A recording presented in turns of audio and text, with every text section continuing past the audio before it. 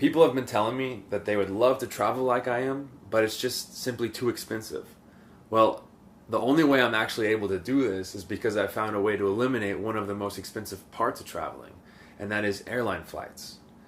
I used to always get the cash back option on my credit cards until I realized that if I was redeeming for flights, I could get 10 to 15% back on everything I'm already purchasing when it's towards a flight. Here's how. The key to all this is a three-part equation. 1, earn the most points for the money you're already spending. 2, turn these points into miles. And 3, book the flight that you're looking for with the airline rewards program that offers it for the least amount of miles. In order to maximize your rewards potential, you must achieve all three parts of this equation. This is best done through a 2-card system. These 2 cards are the Chase Sapphire Preferred and the Chase Freedom Card. Here's more about these 2 cards and why they are better than any of the other options out there. The Chase Sapphire Preferred is absolutely crucial as it allows you to transfer your accumulated points 1-to-1 to United Mileage Plus, British Airways Executive Club, Korean Air SkyPass, Southwest Airlines Rapid Rewards, and Virgin Atlantic Flying Club. Since all of these airline rewards programs are associated with different airline alliances, you can use your miles to book on any airline in Star Alliance, Oneworld, and SkyTeam. This grants you the access to book flights on more than 60 airlines. This is important in maximizing your potential flight rewards because different airline rewards programs have different mile or point values for the same flight routes. This allows you to simply transfer your miles to the least expensive rewards program for the flight which you are looking for. The Chase Sapphire Preferred Card has a 40,000 mile sign-up bonus after spending $3,000 in the first 3 months, and an additional 5,000 mile bonus after signing up a second authorized user. The card offers 2 points on all travel and dining purchases. They are very generous in what is regarded as travel. It can be anything from metro tickets, taxis, parking meters, gas, and more. The first year of the card is free, and then an annual fee of $95 afterwards. This, however, will be more than recuperating your flight rewards. The second card in the system is the Chase Freedom Card. You've probably seen the commercials on TV, how it offers 5% cash back in different categories every financial quarter. This year, 1 quarter was restaurants and food, 2 quarters, or 6 months, was gas, and the current quarter is Amazon.com and various department stores. The Chase Freedom Card is a free card and has a 10,000 point sign-up bonus, the equivalent of $100. 5% cash back means that you get 5 points rewarded for every dollar spent. 1,000 points equals $10, 10,000 points equals $100, and so forth.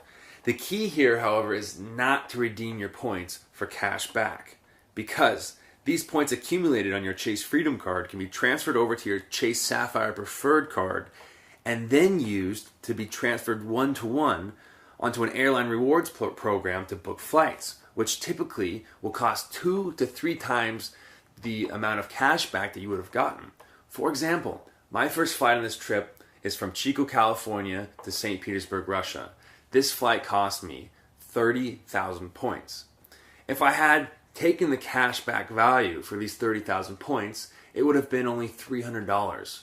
However, I purchased a flight that would have cost me $3,000 if I'd purchased it regularly. There's no question here, folks. Take your pick.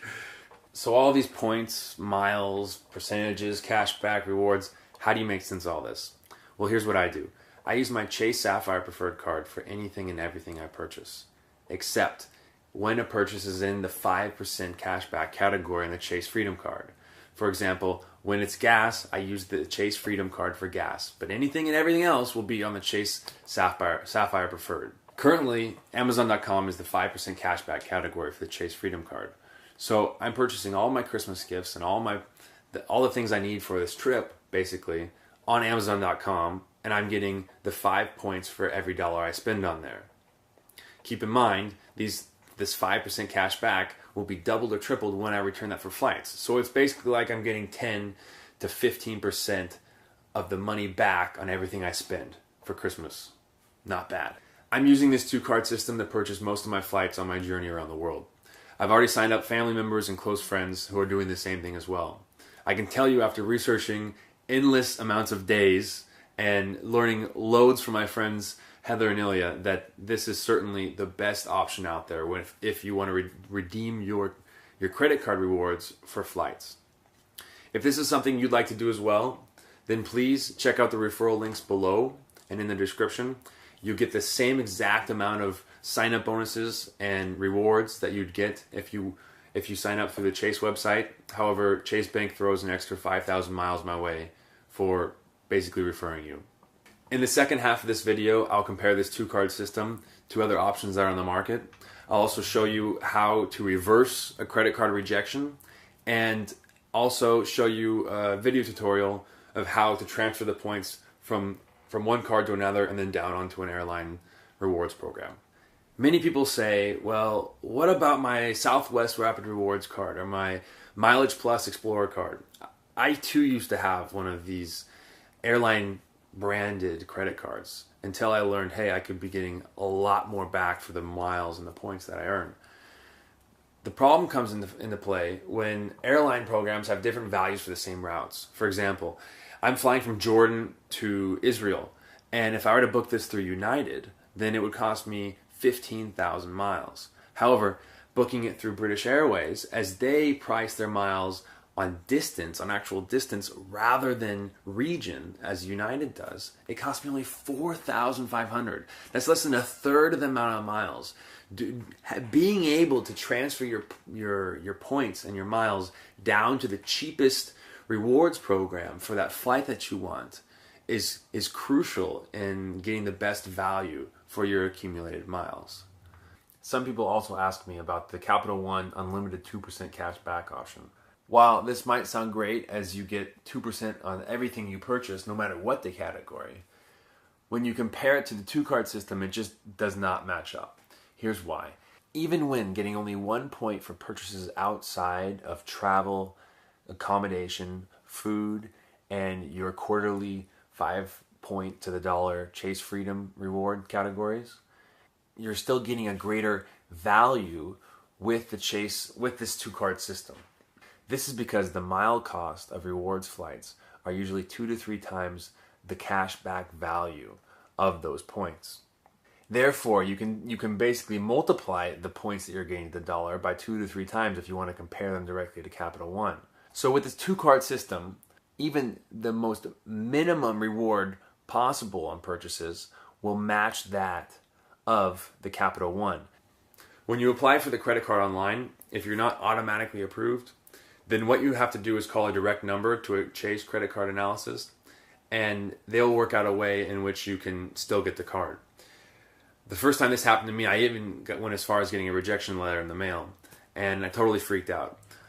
But after researching some forums, I realized that 90% of the time this can be overturned. All I had to do was call this number and voluntarily opt to transfer some credit line. They said they could not issue more credit, that was fine. They just took some credit from another account of mine on there and put it towards this card. The minimum for the Chase Sapphire card is $5,000 credit line that they have to issue you. And so if you have existing Chase cards, then you can simply transfer some of your credit line from another one over into this card to meet the minimum. So how would transferring points from your Chase Freedom card to your Chase Sapphire Preferred card and then down to an airline work? Well, here's how. Well, here we see our rewards dashboard where we can select between our two cards. I selected Chase Freedom card and it shows that I have 23,000 points, which can be redeemed for $230 cash back. But instead, we're going to transfer these points over to my other account, the Chase Sapphire Preferred, as easy as so. This is a free transfer. You can transfer them back and forth as many times as you like, and it will occur instantly or within the first hour. So as you see, the points are already deducted, and I can switch over to my other account. From the Chase Sapphire Preferred account, we can use our points to transfer to travel partners. And here in this list, you'll see all of the travel partners which you can transfer one-to-one your points to. So British Airways, Korean Air, Singapore Airlines, Southwest, United Mileage Plus, Virgin Atlantic, as well as some hotels as Hyatt, IHG, Marriott, Ritz-Carlton, and Amtrak for railway. But we want to see which airline alliance will give us the best value for our points. So I'm going to look at a flight from Siberia to Dubai, award travel on United, Star Alliance.